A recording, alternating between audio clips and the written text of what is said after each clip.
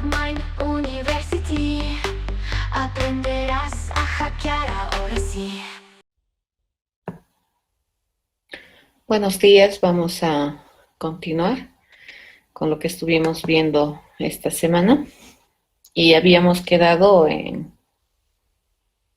el cálculo de tiempo de ejecución de procesos, ¿no es cierto? Ayer habíamos visto un proceso cuyo tiempo de ejecución era una función logarítmica, la misma que está mostrada en pantalla y que es dependiente del valor de entrada del algoritmo, ¿no? Entonces, cuando hay esta clase de funciones que son especiales, le llamaremos, en las cuales la definición para ciertos valores no está definida o no determinada, hay que siempre tratar de encontrar la definición del tiempo de ejecución para esos casos particulares en los cuales la función podría tener algún problema. Ya en el caso del tiempo de ejecución que estamos viendo en pantalla, al ser logarítmico sabemos que cuando el parámetro del logaritmo es 0, no está definido el logaritmo, ¿correcto? Entonces, está bien decir lo siguiente, ¿no? Que cuando n es mayor a 0, el tiempo de ejecución del proceso va a ser esta función.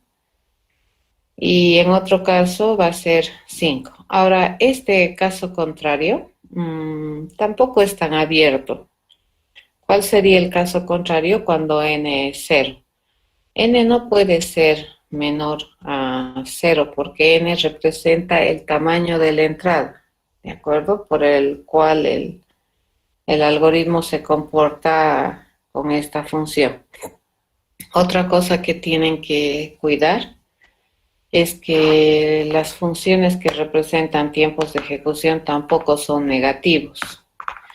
Puede que calculen en alguna oportunidad, por ejemplo, 11 logaritmo de n en base 10 menos 100, digamos, ¿no? Entonces, esta función para algunos valores de n se haría negativa. Entonces, hay que identificar ese famoso n a partir del cual el tiempo de ejecución se estabiliza.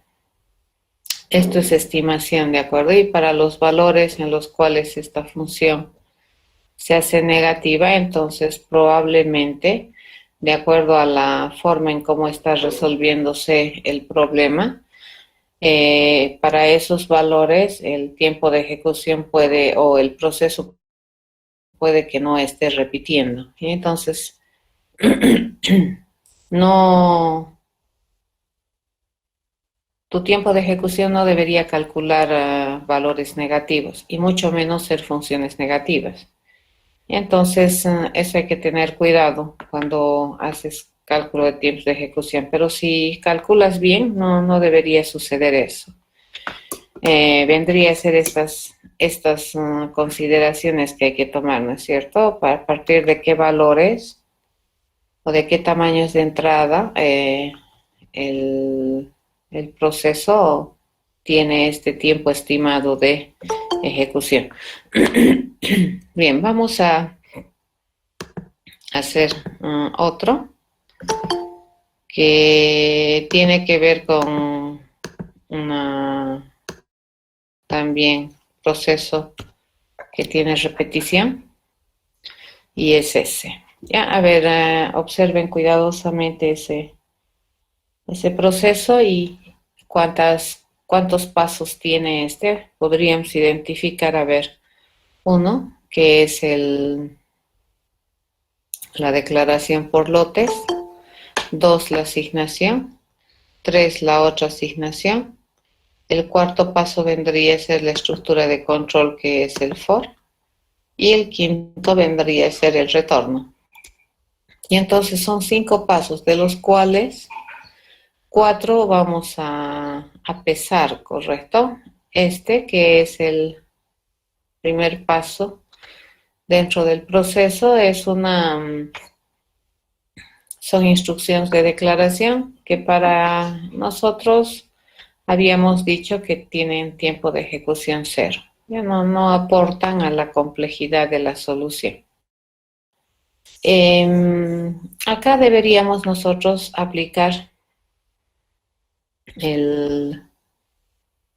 le llamamos la definición del tiempo de ejecución para el for. Pero si observamos cuidadosamente este for, siempre, ¿no? En su parte de inicialización, siempre el valor de la variable de conteo resulta ser apegada, le llamaremos, o es cerrada en el valor de inicialización. Pero si ustedes se fijan, el valor de terminación le llamaremos, o el valor final de este rango de conteo, no es cerrado. ¿Qué significa? Que i es menor a n. Entonces, lo primero que vamos a hacer es convertirlo a un intervalo cerrado, ¿ya? Y vamos a transformar esto a que se vuelva esto menor o igual a n. Dentro de lo que es la instrucción o el comando for, conceptualmente este comando te dice, ¿no?, que la repetición se hace por un conteo. ¿Y el conteo cómo es? El conteo siempre es modificación de una variable de conteo en valores constantes, ¿de acuerdo? Eso es un contador. No te dice que es una estructura de repetición por acumulación, sino por conteo. El conteo tiene esa propiedad. Y además el conteo, te dice, siempre cuenta, por lo menos en estas instrucciones de repetición, en el mundo, o se mueve en el mundo de valores discretos, ¿ya? En este caso está con los enteros. Entonces, si el intervalo estaría entre 0 y menor a n, más o menos así se escribiría, ¿no es cierto? Nuestro i, si ustedes observan, estaría perteneciendo a un intervalo cerrado y abierto, así se escribiría. 0 empieza y n estaría por ese otro lado, ¿correcto? Eso tenemos, ¿ya? Y pertenece a ese intervalo. ¿Y qué más observamos? Fíjense que la constante de conteo es 1. Por eso i se vuelve un contador. Esto no puede cambiar, ¿no es cierto? Porque si cambia ya no sería contador, sería acumulador por definición. Entonces, la relación que se ha hecho en el curso para medir una estructura de repetición por conteo, toma esto, ¿no es cierto? Que i tendría que estar entre un intervalo que es un valor inicial y un valor final, ¿correcto? Y sumando valores constantes k. Entonces, si ustedes observan, nuestro i que tenemos acá no cumple esta regla. Bueno, por otro lado, ¿cómo podríamos poner este i también? Este i podríamos ponerlo así. I se mueve entre el intervalo 0 y menor a n. Eso es correcto también decir. Esa relación le llamaremos en el rango de valores que puede tomar i. Está entre 0 y menor a n, ¿no es cierto? Eso también representa eso que tenemos ahí arriba. En cambio, aquí abajo y se estaría moviendo, fíjense, y estaría entre, así sería, ¿no es cierto? Esa es la diferencia entre lo que está arriba y lo que nosotros hemos definido que se cumpla para aplicar la fórmula del tiempo de ejecución. Entonces, ¿qué es lo que vamos a hacer? Vamos a aprovechar el conocimiento que tenemos de la estructura de repetición for, que i, primera cosa, es una variable de conteo, que nuestro contador tiene que moverse en dominios de valores discretos. Entonces, si i no puede llegar hasta n, ¿cuál sería el último valor válido que puede asumir i?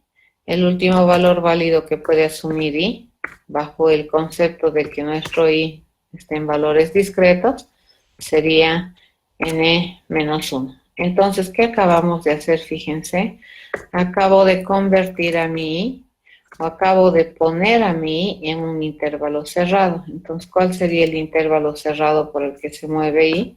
Sería desde 0 hasta n-1, caminando o transitando su conteo de 1 en 1. Ahora sí, acabamos de poner, digamos, o de encontrar una equivalencia de esta condición que tenemos aquí de conteo a esta forma de explicación, y tenemos ya, como les decía, una equivalencia de ese for. Ahora, para términos de análisis de eficiencia, no nos interesa qué es lo que hace, ¿cierto? Nos interesa cuánto tiempo le toma hacer lo que hace, ¿ya? Entonces es correcto hacer estos posibles cambios, digamos, o asumir estos cambios dentro de del proceso. ¿De acuerdo? Entonces, dicho esto, para poder calcular el tiempo de ejecución de este proceso, vamos a proceder con esta adaptación, le vamos a llamar de este for, para que se acondicione al formato en el cual yo puedo aplicar la fórmula, llamaremos, o la relación de tiempo de ejecución del for. Entonces, si ustedes se ponen a pensar, la forma entonces de ponerle, que se llama la forma de traducir una estructura de control for, no importa cómo esté escrita, siempre se puede llegar a esta versión. A ver, vamos a agarrar aquí un otro ejemplo. ¿Qué pasaría si nosotros vamos a achicar un poco más la letra para poder tener opciones de escritura interesantes? Si no, vamos a estar muy arriba, ¿ya? Entonces, a ver, ¿qué pasaría si nosotros tenemos un for, por ejemplo, donde i empieza en n e i, dice, es mayor exclusivamente a 5 e i va de 1 en 1? Entonces, por ejemplo, y también va a estar en un intervalo cerrado, abierto por ahí, y mi conteo va a ser de un menos 1, menos 1, ¿ya? Donde empieza en n y hasta donde va sin ir, inclusive, eso significa, ¿no es cierto?, el corchete abierto ahí. Entonces, ¿qué es lo que sucede? Que nosotros tenemos un for que está retrocediendo, ¿de acuerdo? Está retrocediendo ese nuestro for. ¿Y qué es lo que queremos hacer? Lo que queremos hacer es aplicar la fórmula del cálculo del tiempo de ejecución de mi for. Entonces, ¿qué es lo que hacemos acá? Lo único que hacemos es reemplazarlo, o sustituir o encontrar su equivalencia. de ese for en un formato que a mí me interesa. Y vamos a trabajar por acá. Fíjense que tendríamos que hacer aquí. Decimos, si I está en el intervalo N5 abierto, esto sería equivalente a decir que I se está moviendo, fíjense, en N mayor o igual y absolutamente mayor a 5, ¿cierto? Y tenemos una forma de moverse sistemáticamente mi contador de -1 en -1. ¿Ya? Eso estaríamos diciendo acá. Esto sería equivalente, fíjense, a decirle algo así. Yo le digo, N va a ser mayor o igual a I, y va a ser mayor o igual a ¿cuánto? Si 5 es el límite, digamos, superior o en este caso final del conteo, teniendo en cuenta que I son valores enteros, ¿cuál sería el último valor que tocaría I? No toca 5, entonces, ¿cuál sería el último valor que toca? A ver, chequeo sus respuestas.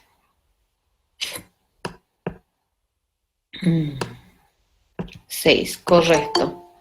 ¿De acuerdo? Entonces me responden que es 6, no 4. 4 más bien 4. No, 4 está más allí, ¿de acuerdo? En la regla sería 6. Entonces, esto sería 6, es el último valor que toca y válido, ¿ya? Entonces, ¿qué acabamos de hacer? Fíjense, acabamos de transformar este intervalo que era abierto, lo hemos transformado a un intervalo que es así, ¿correcto? Es ahora cerrado. ¿De dónde a dónde va? De n hasta 6. ¿Y cómo va disminuyendo? -1, -1. Pero aún así, fíjense, este intervalo es decreciente y la fórmula que me dice respeta este formato. Entonces eso es fácil. Nosotros sabemos que eso es equivalente a decirle a 6 menor o igual y menor o igual n, y nuestro conteo es +1 +1. ¿Ya? Entonces, esto ya respeta un poquito la fórmula que se requiere para aplicar el método de saber el tiempo de ejecución de una estructura de repetición for. Por lo eso se hace. Entonces, este for, ¿a qué se te estaría transformando? Este for se estaría transformando en algo así. Fíjense, ese que está arriba. Es correcto transformarlo a este. ¿Y en qué empieza? En 6. ¿Y hasta dónde va? Y va a ir inclusive menor o igual a n. Y cada vez va a ir aumentando de 1 en 1. Entonces, este for que tenemos acá arriba, fíjense, es equivalente a este. Ahora, como no vamos a cambiar más nada, a mí lo único que me interesa, fíjense, es saber cuántas veces esta variable de conteo se hace verdadera para la repetición. Entonces, este for hace que mi variable de conteo tenga tantos valores válidos como este for, ¿ya? Eso hay que aprender. Entonces, dicho eso, este for lo vamos a transformar para efectos de control de eficiencia en una forma o en un formato que respete, digamos, o que esté adecuado para aplicar, entre comillas, la fórmula para encontrar el tiempo de ejecución de una estructura de repetición for. Ok, entonces venimos para acá y acá ya está transformado, fíjense, eso es solamente para fines de eficiencia. O la otra, siempre no transformas, pero siempre tienes que tener en tu cabeza que el intervalo en el cual nosotros aplicamos la fórmula siempre es cerrado, ¿ya? Y es ascendente más. Ok, de estas instrucciones habíamos dicho que esta cuesta 0. ¿Esta cuánto me va a costar? 1. La asignación esta me cuesta 1. El tercer paso funcional me cuesta 4n más 1. El quinto paso funcional, el cuarto paso funcional me cuesta 1. Y todo el tiempo de ejecución me cuesta 4 más 4 por n. Analizaremos cómo se ha hecho esto. Dice valor final menos valor inicial más 2. ¿De acuerdo? Esto me daría a n más 1. Y el cuerpo se hace una vez menos que la cabecera. Ya la cabecera se hace una vez más para cuando esta condición se valora falsa. ¿De acuerdo? Entonces, ¿el cuerpo cuántas veces se hace? N veces. La instrucción de asignación, ¿cuánto cuesta? 1, 2, 3. Cuesta tanto como la expresión. Por lo tanto, el cuerpo cuesta 3n. Sumamos tanto el costo de la cabecera más el costo de la repetición del cuerpo tantas veces y el tiempo de ejecución del for me va a dar 4n más 1. Eso me da un total de mi tiempo de ejecución del proceso 4n más 4. ¿No? Esta es una función que se conoce con el nombre de función lineal. Nuevamente, esta función depende de n o del tamaño de la entrada, ¿no? N para nosotros, ¿qué representa? El tamaño de la entrada. N no puede ser negativo, ¿correcto? Representa un tamaño de entrada, un volumen de entrada. Ok, nuestra función es positiva. Entonces, si es que en el caso fuera mi tamaño 0, digamos, que es lo más chiquito que le puede suceder, mi función sigue calculando positivo, ¿ya? Sigue siendo 4 y para 1 más, ¿no? Empieza ya a calcular 8 y más arriba. Entonces, esta función, fíjense, por la forma en la que está, no tiene quiebres como mi función logarítmica. Bien, esta sería la forma de calcular tiempos de ejecución. ¿Alguna consulta?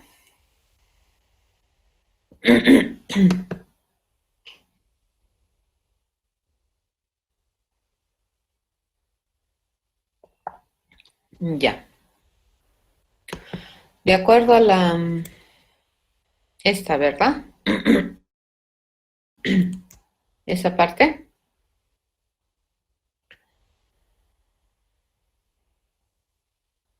Ya. De acuerdo a la forma que habíamos dicho de calcular el for, y nosotros vemos, acá está. Fíjense, la instrucción de repetición o el comando de repetición por conteo, más conocido como for, tiene esta forma general, ¿no es cierto? Mi contador inicia en un valor inicial, puede contar hasta un valor final y cuenta armónicamente, sistemáticamente de K en K. ¿Ya? Eso es un contador. Fíjense, esto me da la sensación de que es un conteo ascendente. Entonces, mi contador siempre va entre valor in y valor fin más K. Si ustedes se han fijado, todos los comandos, desde el if, then, else, siempre, por mucho que digamos la expresión booleana fuera sin cuerpo del no, por decirles, siempre al tropezarse con un if, then, else, siempre mínimamente esto va a costar 1, ¿correcto? Que sería el tiempo de ejecución de preguntar. Entonces, esto le vamos a llamar, esto es la cabeza del if, then, else, y tiene dos posibles cuerpos, y solamente uno de ellos se hace. Lo mismo acá. Esto es la cabecera del for. ¿De acuerdo? Esto es lo que controla el comando de repetición. Y entonces en el for hay dos partes que hay que medir, ¿ya? ¿Cuántas veces se hace la cabecera y cuántas veces se hace el cuerpo de la instrucción? Entonces la cabecera lo vamos a agarrar de una forma también bastante rápida. No vamos a hacer todas las instrucciones que hace la cabecera, solamente vamos a agarrar la instrucción o la parte de la cabecera que se hace más veces. Y la parte de la cabecera que se hace más veces es esta, ¿ya? Es el control de la repetición y o terminación del for. Entonces, sobre la base de eso, fíjense, ¿cuántas veces este cuerpo se repite? Tantas veces como valores válidos asume el contador. ¿Y cuántos valores válidos asume el contador? El contador asume esta cantidad de valores válidos. Y a ver, vamos a decir, por ejemplo, nuestro contador va a recibir o va a asumir valor fin menos valor inicial más 1. ¿Ya? Esa es la cantidad de valores válidos que asume nuestro contador si es que contáramos de uno en uno. ¿Ya? Eso es lo que cuenta. Esta es la cantidad de veces que esa condición o de valores válidos que asume I. Eso quiere decir que esta condición se hace verdadera. ¿Ya? Pero nosotros sabemos que esa condición se hace una vez más 1, ¿cierto? Más una vez. ¿Cuándo sería esa vez? Cuando esa condición me permite evaluar la falsa, cuando me dice que el conteo ya no está en el intervalo. Y gracias a esa comparación es que nosotros podemos terminar. Es por esa razón, fíjense, que la cantidad de valores o la cantidad de veces que se hace esa instrucción de control del for sería más 2. ¿De acuerdo? Eso es, ¿ya? Más 2. Que esta es la cantidad que se hace verdadera más este 1 que es el falso. Esto sería en el caso de que andamos con conteo 1.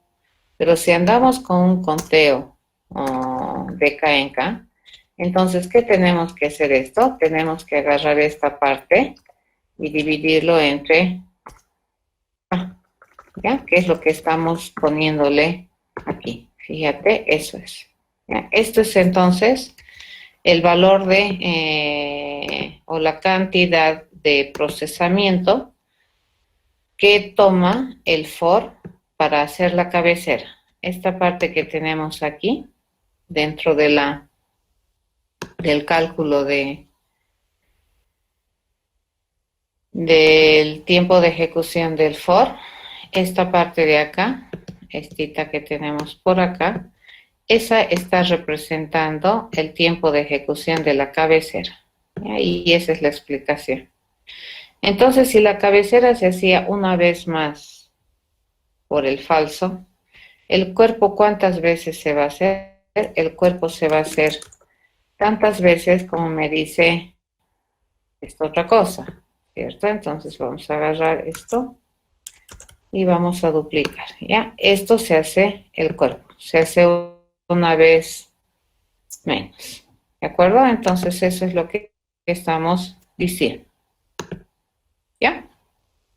De ahí viene. Entonces lo único que tenemos que tener cuidado es que la fórmula esta se aplica cuando nuestro conteo es ascendente, nuestro conteo es creciente y nuestro contador o nuestro intervalo de conteo es cerrado.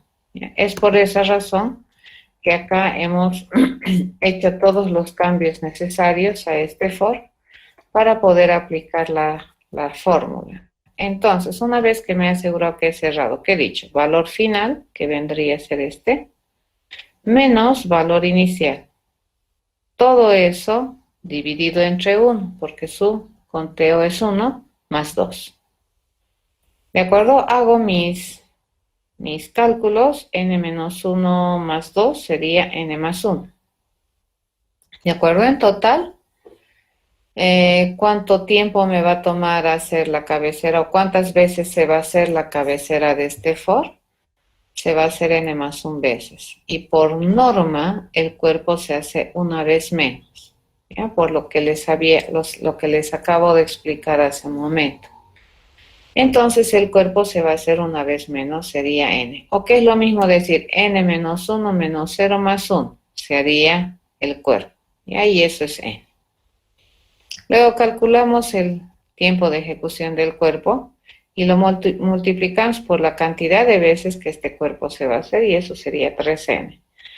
Y el for, ¿cómo se calcula? Sumando la cantidad de veces que se hace la cabecera más la cantidad de veces y por el peso, ¿no?, del cuerpo que se hace la parte central o la parte del cuerpo del for. Y todo mi for va a costar 4n más 1. ¿Estamos de acuerdo? ¿Te respondí la pregunta?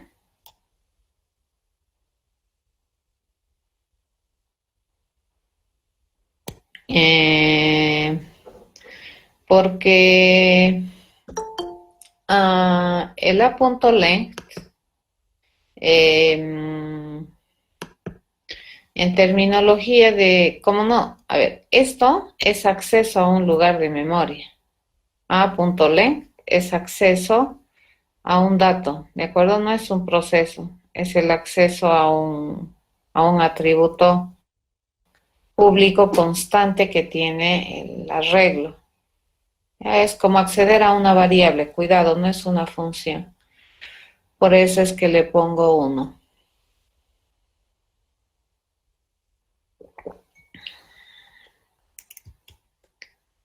¿De acuerdo?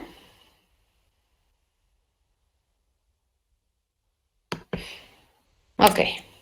Pero y aunque costara 10, ponte a pensar, supongamos que cuesta 10. ¿Cuánto sería mi tiempo de ejecución? Mi tiempo de ejecución seguiría siendo 14, o diré 4n, más, hemos dicho 10, ¿no? Sería más 13. ¿De acuerdo? Pero de todas maneras, esta es otra de las cosas que hay que observar, ¿no es cierto? De las 1, 2, 3 y 4 instrucciones que hemos visto para resolver este problema, ¿cuál es la instrucción o comando que caracteriza la complejidad de la solución? No es la asignación, no es esta asignación, tampoco es el return. ¿Quién es? El for. ¿De acuerdo? Entonces, lo que hace compleja, qué sé yo, la solución, vendría a ser el for. ¿De acuerdo? Eso es importante. La asignación en este caso, por la forma en que es la expresión de este lado, no va a ser probablemente una función que dependa de n. Ya, si no cuesta 1, ponele que cueste 10, igual, la instrucción que sigue marcando la tendencia de complejidad de este proceso es el for. ¿Ya? ¿Estamos de acuerdo? Sí, Lisian, gracias. Ok. Entonces, a ver, vamos a ver. En este caso no tengo que hacerle, no ve esos quiebres o no tengo que analizar esos tropezones que teníamos como acá, ¿no es cierto? Aquí tenemos tropezones por la función logarítmica que define la complejidad o la estimación de complejidad de este proceso. En este caso es lineal y mi función completamente positiva es. Entonces no está bien. Esto es correcto para cualquier n en el entendido que n significa tamaño de entrada. ¿Ya? A ver, el Capicúa. Como les digo, no, nuestro interés no es saber si lo hace bien o lo hace mal. Ya no tenemos ese interés. Entonces acá, a ver, vamos a analizar este proceso. Chequeamos, ¿qué hay que chequear en el while? Fíjense, en el while nos vamos a fijar en algo muy importante y decimos, a ver, esta estructura de control, su condición se basa sobre dos valores, ¿cierto? Uno es constante y el otro es variable. Tengo que fijarme así, a vuelo de pájaro, ¿no es cierto? Si en el cuerpo del while hay alguna modificación sobre X. ¿Ya? Entonces X se está modificando, entonces esto se podría estimar su comportamiento. Porque si X no se modifica directa o indirectamente en el cuerpo, entonces probablemente este while puede tener una tendencia de ejecución infinita. Lo siguiente que me fijo, el for, a ver, ¿el for tiene un intervalo cerrado? Sí, ya está cerrado. ¿Listo? Ahorita probablemente no me interesa mucho Matplotlib porque habíamos dicho que esto lo vamos a usar como pseudo Java, ¿no es cierto? No es tan importante validar cuánto hace Java, sino es representar. Entonces esto vamos a relajar para nosotros, ¿de acuerdo? Y le vamos a poner así, le vamos a poner que solamente quiero encontrar la potencia, ¿ya? De 10 elevado a la i menos 1. En este caso, fíjense, relajo, no me interesa mucho qué estás utilizando, solamente quiero saber que estás elevando 10 a la i menos 1 y 10 a la c menos i. ¿Cuántas instrucciones tenemos? 1, 2, 3, 4 y 5, ya entre instrucciones y o comandos que caracterizan la complejidad de este problema. En este caso yo tengo declaración, definición, declaración, asignación. Entonces aquí lo que yo voy a pesar es la asignación, no la declaración, ¿de acuerdo? Entonces, ¿esto cuánto cuesta? 1. ¿Este cuánto cuesta? 1. Bajo la suposición que m es la cantidad de veces que esta expresión se hace verdadera, entonces la cabecera de este while se ejecuta m más 1 multiplicado por 3, que es el costo de la expresión. El cuerpo de esta repetición tiene 2 instrucciones, entonces cada instrucción medimos por separado. Este C++ es equivalente a 3 porque este es una instrucción de asignación en realidad, ¿cierto? Es C más 1 asignándole a C. Entonces eso cuesta 3. Esto es 1, 2, 3. ¿Ya? Y todo eso deberíamos multiplicarlo por la cantidad de veces que la expresión se hace verdadera, que sería m. Entonces, ¿el cuerpo cuánto vale? 6m. Ya sumo estos dos y multiplico por m, 6m. Por lo tanto, el tiempo de ejecución del while va a ser la suma de la cantidad de veces que se hace la cabecera más el cuerpo, lo cual es 9m más 3. Bien, pasamos a hacer la complejidad del for. El for decimos fin menos ini más 2. C medios menos 1 más 2. ¿Correcto? Eso es la cantidad de veces que se hace la cabecera. ¿Cuántas veces se hace el cuerpo? Una vez menos, ¿cierto? Fin menos ini más 1. Y el tiempo de ejecución del cuerpo, el cuerpo solamente tiene una instrucción. En este caso vamos a relajar PAU, ¿de acuerdo? Y le vamos a pegar que esto cuesta 1. Entonces esto costaría 1, 2, ¿ya? 3, 4, 5, 6, 7, 8, 9, 10, 11, 12 y 13, ¿ya? 13 costaría. Ahora, ¿por qué esto como es pseudocódigo? Esto yo podía haberlo escrito 10, sombrerito y menos 1. Y eso nosotros asumimos que tiene costo 1. Ahora, si queremos realmente ver cuánto cuesta y definir el PAUD, entonces ahí tendríamos que estimar cuánto cuesta el PAUD e ir a ver tiempo de ejecución del PAUD en Java. ¿Ya? Pero por el momento lo vamos a poner que esto para mí va a costar 1, por eso es que este cuesta 13. ¿Ya? Si hacemos operaciones aquí, menos 1 más 1, eso se cancela. Entonces, ¿cuántas veces se hace el cuerpo? 13 por C medios. Y la cabecera sería C medios más 1. Sumamos cabecera más cuerpo. Y esto me va a dar 7C más 1. ¿Correcto? 13C medios más C medios es 14C medios. Dividido entre 2, 7C. Más 1. Y el return, ¿cuánto me cuesta? Un hito. ¿Sí? Entonces, al terminar, ¿qué nosotros tendríamos? 1 más 1, ¿cierto? Más 9m más 3, más 7c más 1, más 1. Y sumando los independientes, 1 más 1 más 3, más 1, eso tenemos 7, más 9m más 7c. Eso es el tiempo de ejecución de este proceso. Pero aquí la pregunta es, ¿qué cosa es m y qué es c? ¿Ya? Y calculamos, ya nos fijamos el proceso. Aquí vamos a tratar no tanto de encontrar, ¿no es cierto?, qué es lo que hace, sino de poder predecir cómo se comporta M y cómo se comporta C. Si nosotros observamos, C empieza a asumir valores dentro del while. Por lo tanto, nos interesa este while, ¿ya? Por un lado vamos a calcular M y por otro lado vamos a calcular C. Y entonces, la primera vez que entra el while, lo mismo que hemos hecho ayer, ¿ya? La primera vez que entra el while vamos a asumir que X per se es mayor o igual a 9, entonces una vez sería verdadero.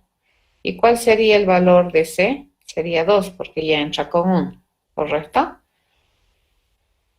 El nuevo valor de X, que sería X dividido entre 10 a la 1. Si asumimos que esto es verdadero, ya 2 veces se hace el cuerpo, y en la segunda vez C, ¿cuánto asumiría? 3, y así sucesivamente, ¿no es cierto? Hasta que m veces se haga verdadera la condición. Es el último valor que hace verdadero la condición m, sería x sobre 10 a la m menos 1, y siendo consistentes con la forma, digamos, de relación entre la cantidad de veces y el valor que asume c, entonces el último valor que asume c sería m más 1, porque cuando es falso ya no contamos, ¿ya? Entonces acá queremos encontrar m. Y vamos a decir que el último valor en el que se hace verdadero esta condición, el más chiquitito, lo cerramos, ¿no? Sería 10. Hacemos operaciones y resulta que m es equivalente al logaritmo de x en base 10. Si es que m es esto, entonces c va a ser el logaritmo de x en base 10 más 1. A ver, por el razonamiento, o sea, si bien rapidito, esto es estimación, ¿de acuerdo? Esto es una estimación. No tiene que ser exacto, pero cuidado, esa tu estimación no te puede determinar que m es igual a 2 a la n, ¿correcto? Tiene una forma de comportarse este n, ¿ya? Y su forma aproximadamente está determinada por una función logarítmica. Agarramos y reemplazamos, ¿no es cierto? En m, logaritmo de x en base 10, y en c, logaritmo de x en base 10 más 1. Hacemos operaciones y me llega esta función que representa mi tiempo de ejecución del capicúa. Tenemos nuevamente una función logarítmica en la cual nosotros sabemos que para ciertos valores de x, esta función no va a calcular bien. Entonces, hacemos nuestras excepciones. Tiempo de ejecución para x mayores a 0 es esto. Pero si no fuera mayor a 0, el tiempo de ejecución es 7. ¿Ya? ¿De dónde he sacado ese tiempo de ejecución? De acá. Fíjense, el tiempo de ejecución era, acá debería haber un corte, ¿no? Es 7 más 9m más 7c. M depende del logaritmo y c también depende del logaritmo. Entonces, si yo anulo estos dos que son dependientes del logaritmo, me va a quedar 7. ¿Correcto? Esa es la forma de razonar. Y si ustedes se fijan, eso es correcto. ¿Qué pasaría si x valdría 0? Si x vale 0, esto se va a hacer una vez. ¿Eso cuánto cuesta? 3. Ya nunca más se va a hacer esto. Mi c, ¿cuánto va a costar? 1, ¿cierto? C medios, ¿cuánto es? 0. Entonces esto se va a ejecutar una vez. Entonces, ¿cuántas veces se ejecuta esto? Todo esto se va a ejecutar una sola vez, ¿ya? 0 medios, esto es 0, menos 1 más 2, 1 vez. El cuerpo nunca se va a hacer. ¿De acuerdo? Por lo tanto, esto cuesta 3, esto va a costar 1. Entonces, 1 más 3, 5, más 1, 6, más 1, 7. Correcto. Entonces, cuando n resulta que es 0, ¿Cuánto tiempo le toma al procesador hacer ese proceso? 7 veces, ¿ya? ¿Por qué? Porque las estructuras de repetición no se hacen, ¿no? Pero en tiempos de ejecución, fíjense, y en análisis de eficiencia, el que X valga cero es una peculiaridad. Nosotros tenemos que irnos a la generalidad. Entonces, en el peor de los casos, X, ¿cuánto va a valer? Mayor a cero. Entonces, esta es la función que determina o estima la eficiencia del proceso. ¿Alguna consulta?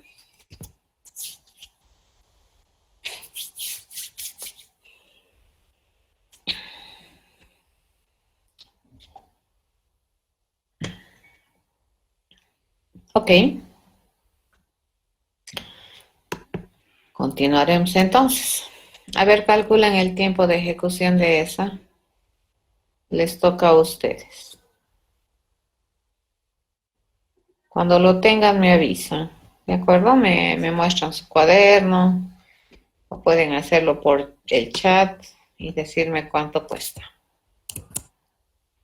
Cuánto pesa, también así solemos decirle. ¿Ya cuánto pesa el proceso? ¿Cuál es el peso o su costo?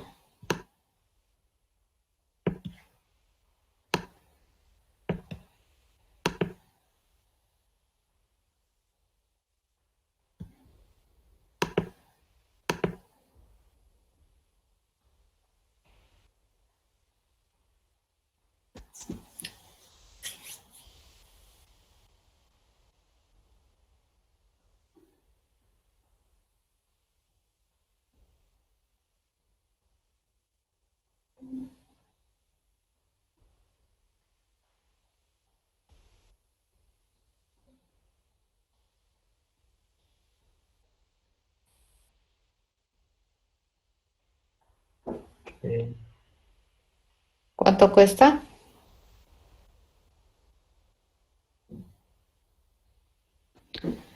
3M más 10. Ya, voy a anotar. ¿Y qué es M?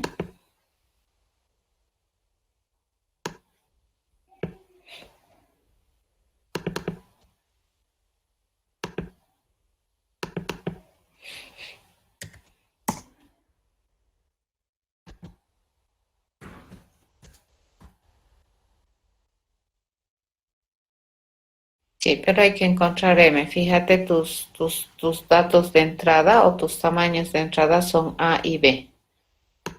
Entonces habría que encontrar cuál es la relación de M respecto a los tamaños de entrada que tiene. Está bien, hasta ahorita no sé si está bien, pero tenerlo M como la cantidad de valores válidas o la cantidad de veces que la expresión booleana del while se hace verdadera es correcto. Pero ahora lo que hay que hacer es lo que yo hice, ¿no es cierto? ¿Y qué es M? Es la pregunta, ¿no es cierto? Ahora hay que determinar, hay que responder esta pregunta. ¿Qué es M?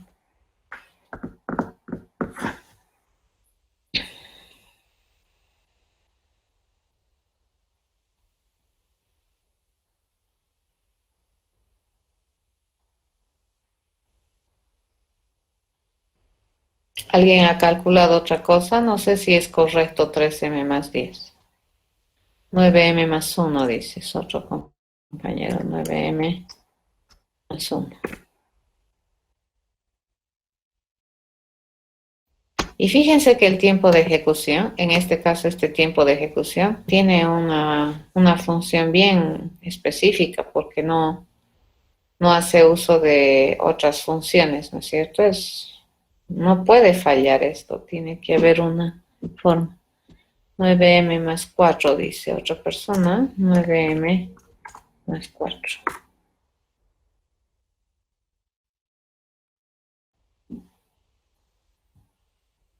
¿Ya?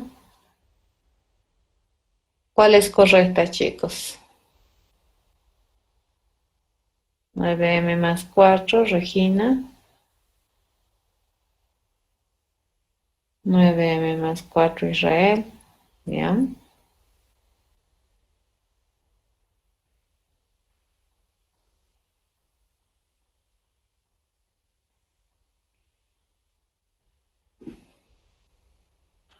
Ok, Edward ya ha determinado. Entonces aquí la pregunta era, ¿no es cierto? ¿Qué es M? Y Edward ha dicho que M es A. Por lo tanto, vendría a ser 9A más 4. ¿Correcto? Donde A es el tamaño de la entrada. ¿Está bien?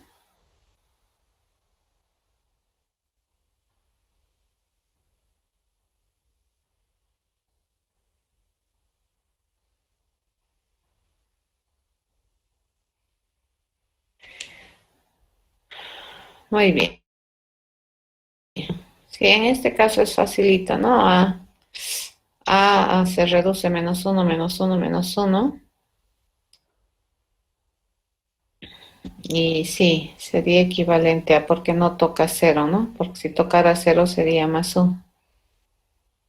Ya, entonces el tiempo de ejecución en este caso, fíjense, nuevamente no tiene tropiezos, ¿no es cierto? No tiene esos tropiezos porque tenemos una función lineal. Entonces, ¿de qué depende esta función? Depende de A. Dice que es 9A más 4. ¿De acuerdo? Ese es el tiempo de ejecución de ese proceso. ¿Y qué podríamos decir? Que es lineal. Correcto, depende de A, del valor de A. Este es facilito.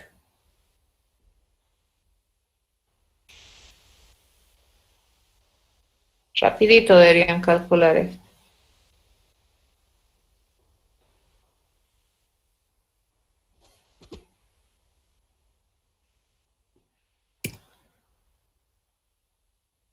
Incluso para A0 Edward,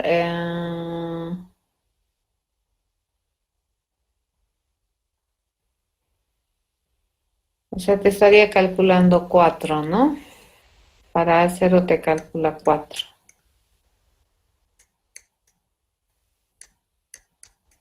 Sí, el tamaño de la entrada siempre es positivo. Van a tener harto cuidado. Y tú dices, no, pero ¿qué pasa si yo le pongo negativo aquí? Entonces hay que hacer una transformación de equivalencia. ¿Ya? Porque lo que significa n en el tiempo de ejecución es el tamaño de entrada. ¿De acuerdo? Eso es bien importante entender.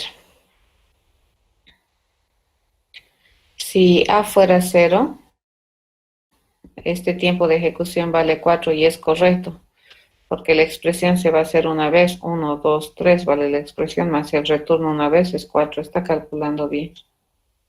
Inclusive para 0, Eduard.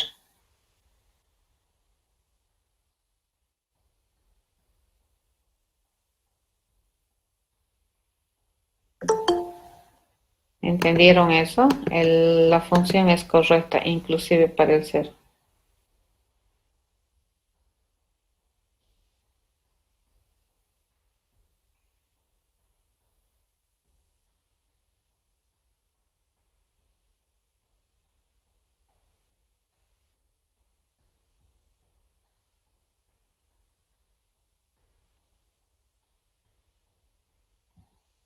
¿De acuerdo? Ok. Esta está re fácil. ¿Cuánto cuesta? Se mira y se calcula.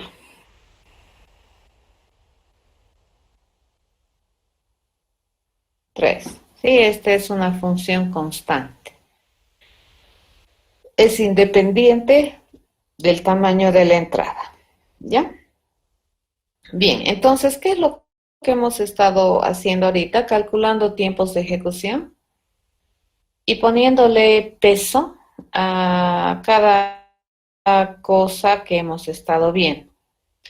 Pero algo también que nos hemos fijado es que en los distintos ejemplos que hemos hecho, eh, los pensamientos, llamaremos, o los algoritmos, ah, mm,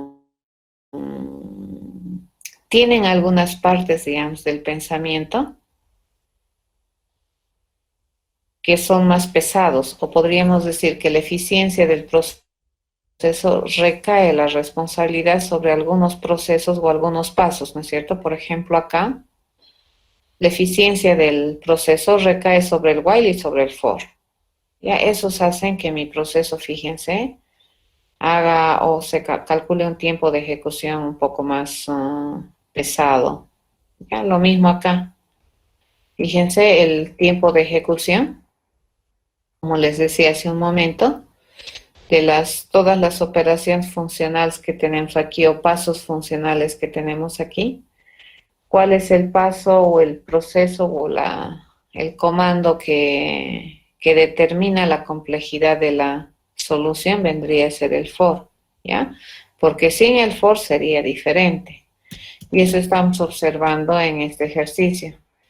¿Cuál es el comando que determina la complejidad de la solución aquí? El while, ¿correcto? En este caso particular, el retorno, el while, ¿ya? Ese determina la complejidad.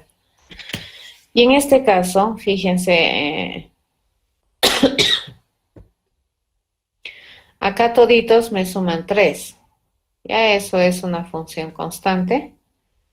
Ninguna de estas instrucciones parece ser desequilibrante en la eficiencia del proceso, ¿ya? Y siempre hemos estado diciendo, ¿no es cierto? Función logarítmica, función lineal, función constante, y analizando los tiempos de ejecución y poniéndolos o categorizándolos en una familia de funciones matemáticas logarítmicas, lineales, constantes. Bien, tiempo de ejecución es un principio bien interesante para poder entender, ¿no?, qué es lo que nosotros hacemos y ponerle una medida. Si decimos que esto vale 1, entonces sobre la base de eso vamos poniéndole una medida que es independiente, que habíamos dicho, de tecnología, plataforma, hardware que se use en lo posterior para poder ejecutar tu proceso. Entonces, que este 1, digamos, que para nosotros es 1, cualquier cosa, sea un nanosegundo, milisegundo, segundo o un minuto, para nosotros no importa porque la medida es la misma, ¿ya? Entonces estamos estamos pesando en una medida simbólica, le llamaremos, 1, lo que sea. Ya no tenemos una unidad de medida, solamente le contamos, ¿sí? Estamos contando la cantidad de veces que el procesador se utilizaría, que me tomaría realizar un proceso. Ok. ¿Cuánto cuesta?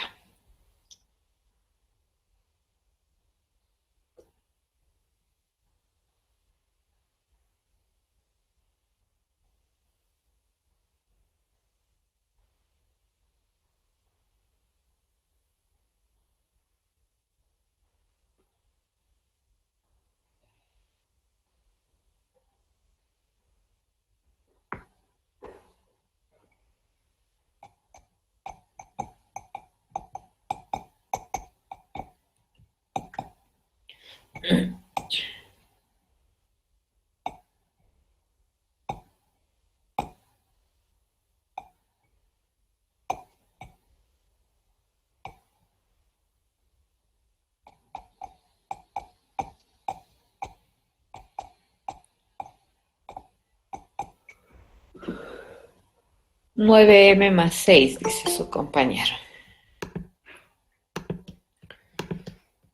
¿Pero qué es M? Nuevamente la pregunta, ¿no ve qué es M?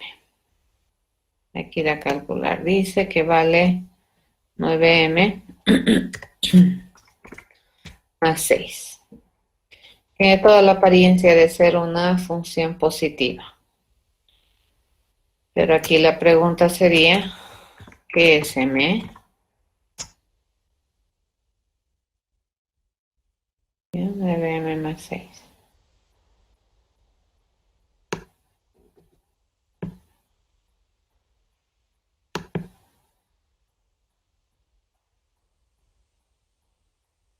Ok, M dice que es igual a N. Por lo tanto, sería 9N más 6. ¿Correcto?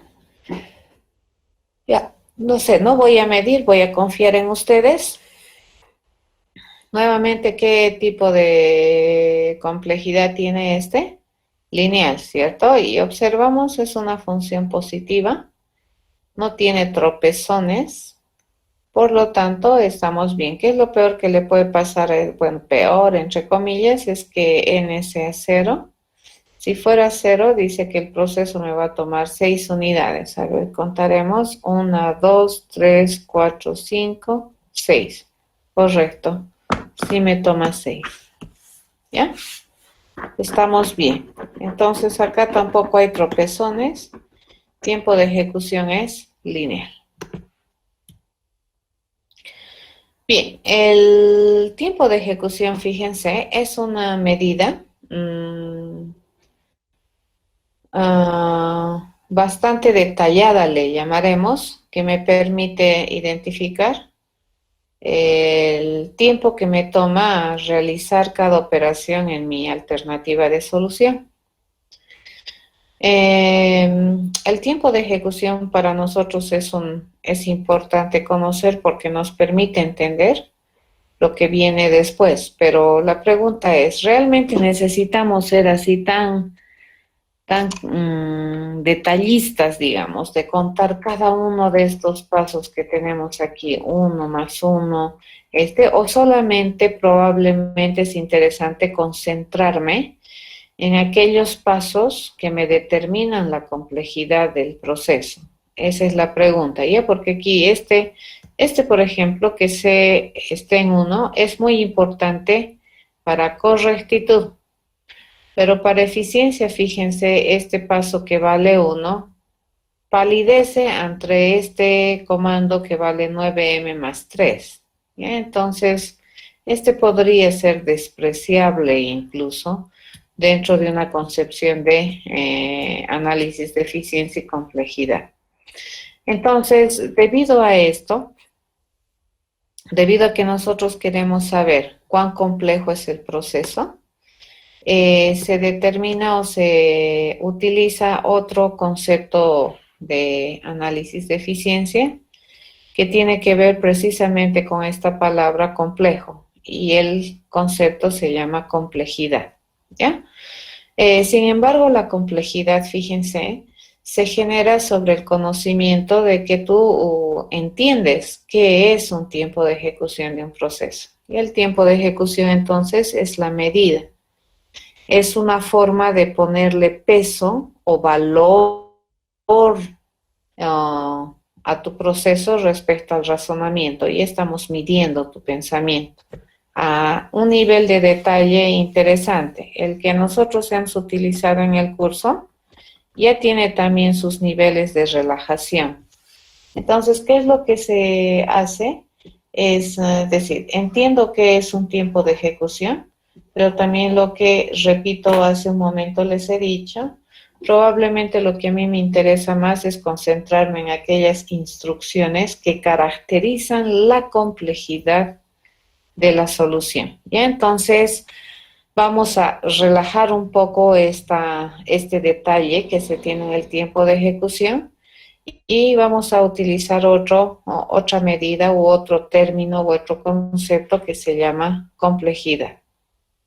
La complejidad, entonces, es un concepto que me permite acotar los tiempos de ejecución. Me permite encontrar una función o determinar una función que acote, que limite un tiempo de ejecución, ya sea maximal, minimal o promedialmente. ¿De acuerdo? Entonces, ¿qué es lo que vamos a hacer en complejidad? No me va a interesar, digamos, cuántas instrucciones y cada instrucción cuánto me pesa, digamos, sino más bien vamos a tratar de identificar cuál es el tiempo de ejecución que realmente determina la complejidad de un proceso, ¿ya? E indirectamente, ¿qué hacemos? Nos vamos a concentrar en aquellas instrucciones y o comandos que, repito, caracterizan la complejidad del pensamiento. Tenemos en realidad tenemos 6 términos o 6 principios o conceptos de complejidad o notaciones de complejidad, de las cuales nosotros vamos a tomar 3, que son la complejidad O, omega y tita. ¿De acuerdo? Esas tres vamos a tomar. Entonces, la complejidad O, así se llama, ¿ya? Es una notación que me permite determinar una función que acota maximalmente y de manera asintótica un tiempo de ejecución que está determinado por una función matemática también. Vamos aquí a decir que la función que define el tiempo de ejecución de un proceso es f de n. Entonces, ¿qué es lo que estamos queriendo encontrar? Una función g de n que acota maximalmente y de manera asintótica a esta función f de n. ¿Por qué se dice asintótica? Porque para mí sería bien fácil agarrar una función g de n que acote maximalmente, digamos, o que sea más grande que otra función. Por ejemplo, si mi función f de n es, por decir algo así, ¿no es cierto? 3n o más 100, digamos. Entonces, para mí sería bien fácil decir que una función que acota maximalmente a esta función f de n, para mí es equivalente a decir n elevado al cuadrado, ¿no ves? De hecho, n elevado al cuadrado es una función más grande en terminología de comparación que la función 3n más 100.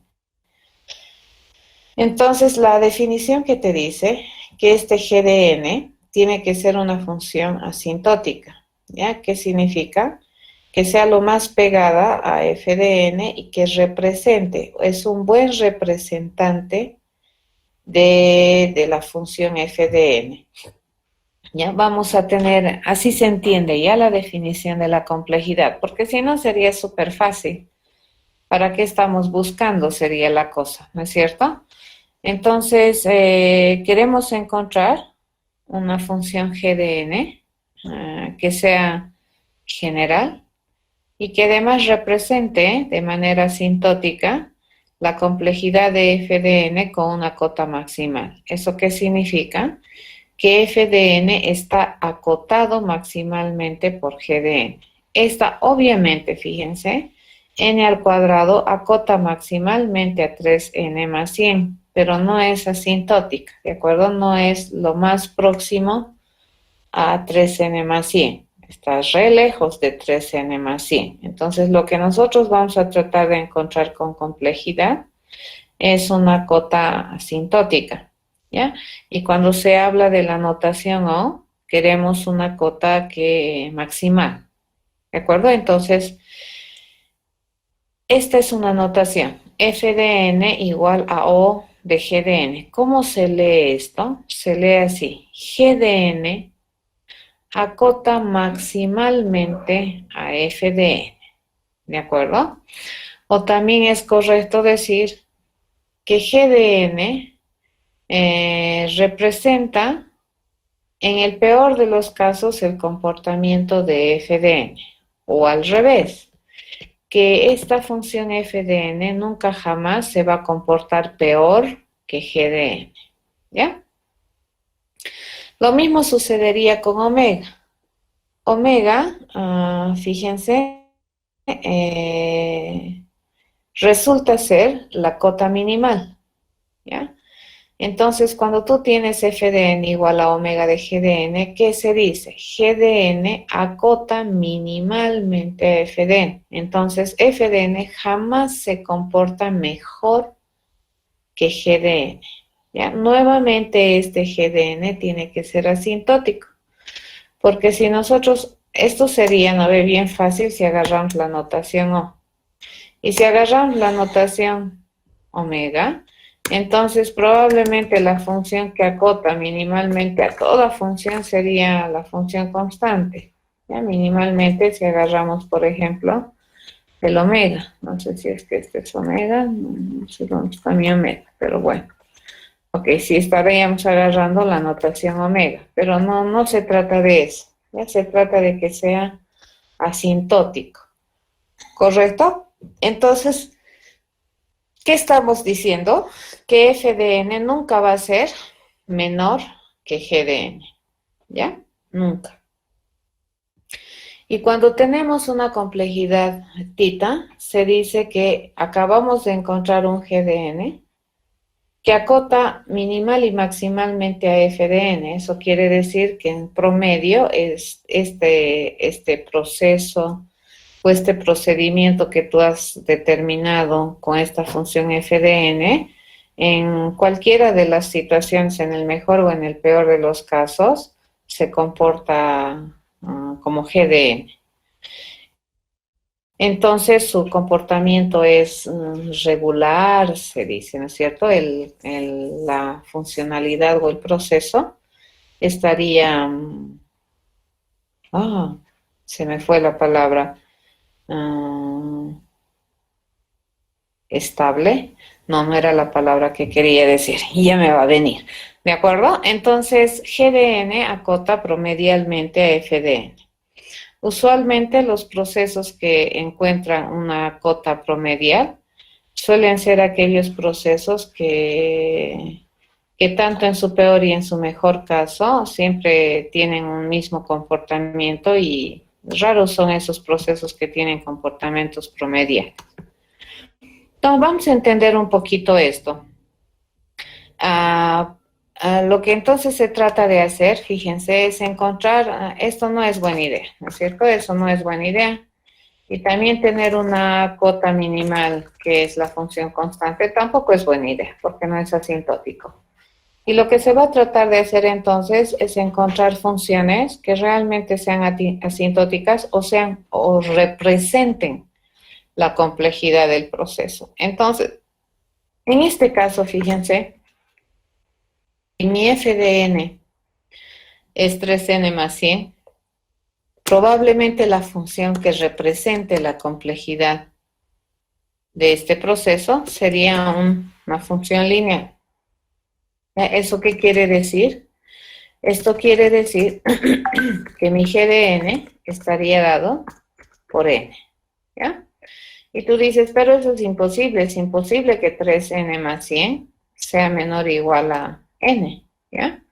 Y luego vamos a empezar a poner vamos a mejorar la definición de la complejidad.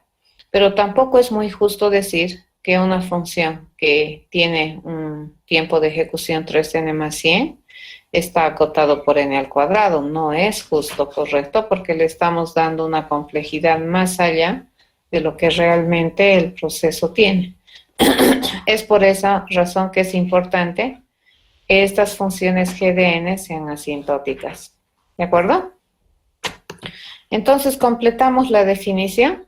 Acá la vamos a completar o no la tenemos, vamos a completar la definición aquí. Se dice que esto sucede, ¿ya?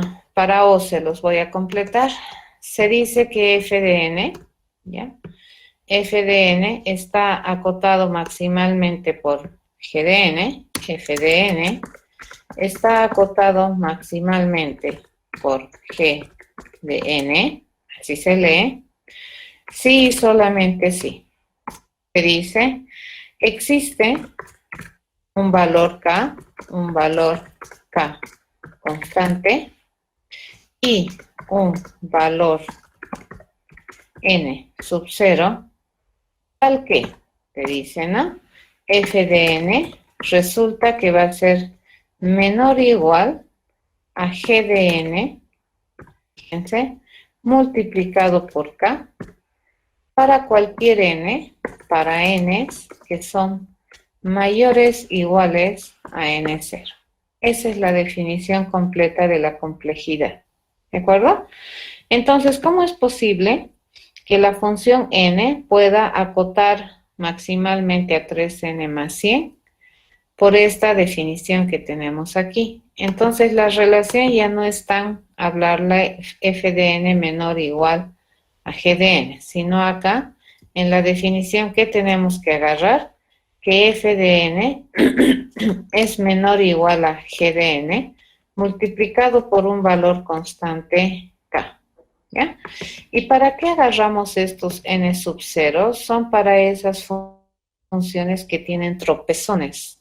como por ejemplo el logaritmo, ¿de acuerdo? Entonces los logaritmos tienen una curva medio rara y van a encontrar algunas funciones también que empiezan a dibujar medio raro, ¿no? Dibujan así una curva así y se disparan. Entonces a partir de cierto momento, a partir de cierto valor n, entonces la función se estabiliza. Ya para eso sirve este n sub 0. Vamos a ir haciendo ejercicios, esto lo vamos a hacer ya la próxima clase porque ahora ya no nos va a dar tiempo. Pero ahora es importante, primero, entender el concepto de complejidad, por qué acota una función a otra. Y lo siguiente que vamos a hacer es empezar a mirar ya los algoritmos a través de su criterio de complejidad, pero siempre entendiendo qué es el tiempo de ejecución. ¿De acuerdo? El tiempo de ejecución es la base de entendimiento de la medida o del análisis de eficiencia de una alternativa de solución, por eso es que la revisa. ¿Alguna consulta?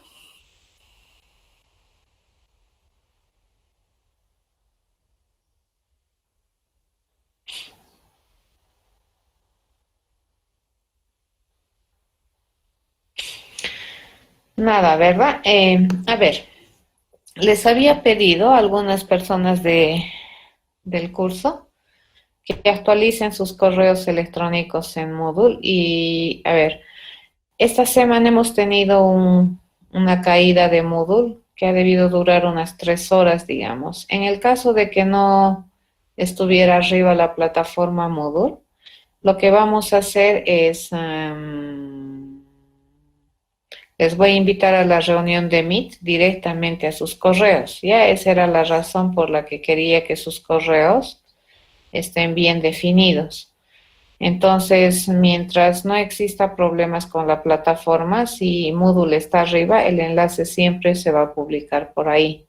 Pero si por alguna razón Moodle cae, entonces revisen sus correos electrónicos. He detectado algunos correos electrónicos que eran genéricos, probablemente de alguna generación por lotes de estudiantes en gestiones pasadas, donde tenían unos correos dummies en realidad. Y las personas que tengan algún correo que no suelen utilizarlo, es bueno que actualicen sus correos en Moodle para que les pueda ir llegando tanto los avisos de los foros, pero obviamente si Moodle está caído no podría mandar por ahí nada, o para que les mande el enlace de la reunión. Esperemos que no suceda nuevamente ese percance que hemos tenido y todo vaya bien con Moodle, ¿de acuerdo? Dicho esto, hasta aquí estaría la clase de hoy. La próxima terminamos con lo que es análisis de algoritmos y estaríamos entrando ya a algoritmia básica. Sí, es correcto. Se puede, la complejidad, sí, se puede leer así. La complejidad G de n acota F de n, sí. Ahora, dependiendo, ¿no ves? Si es O mayúscula, se dice G de n acota maximalmente a F de n. Si es omega, dice G de n acota minimalmente a F de n. Y si es tita, se lee G de n acota promedialmente a F de n. Y entonces, ¿de qué depende? De la letrita, ¿no ves? Si es O, omega o tita, nosotros sí entendemos. Pero G de n siempre es una cota para F de n. Eso es correcto. ¿Ya? Entonces, ¿con qué vamos a trabajar, digamos? ¿O con qué se hacen las comparaciones? Las comparaciones se van a hacer sobre la base de G de n. Y luego nos vamos a dar cuenta que probablemente una solución que cuesta 3n más 100 puede ser equivalente en complejidad a otra que cuesta 3n más 1, ¿ya? Porque ambas se mueven con las mismas complejidades, pero obviamente una solución que es 3n más 100 y comparamos con una solución que tiene tiempo de ejecución 3n al cuadrado más n menos 10, evidentemente, ¿cuál es mejor? Va a ser la que tiene 3n más 100. ¿Ya? Para eso me sirve la complejidad. Yo no voy a agarrar 9, 3n más 100, 3n al cuadrado más n menos 1, así no vamos a agarrar ese nivel de detalle. La complejidad me permite elevarme un poquito y concentrarme en lo importante, que es determinar cuán compleja es tu solución. El tiempo de ejecución te permite medir un proceso, ¿ya? Y la complejidad que te permite, de manera abstracta, general, determinar la complejidad de un proceso, ¿ya? Entonces, cuando hacemos análisis o comparaciones, usualmente se utiliza la complejidad, pero la complejidad es un concepto que se basa sobre el entendimiento de lo que es un tiempo de ejecución. Por eso es importante entender las dos cosas. Muy bien, jóvenes, estaríamos encontrándonos la próxima semana. Que tengan un buen día del estudiante, que es el día lunes, que la pasen bien.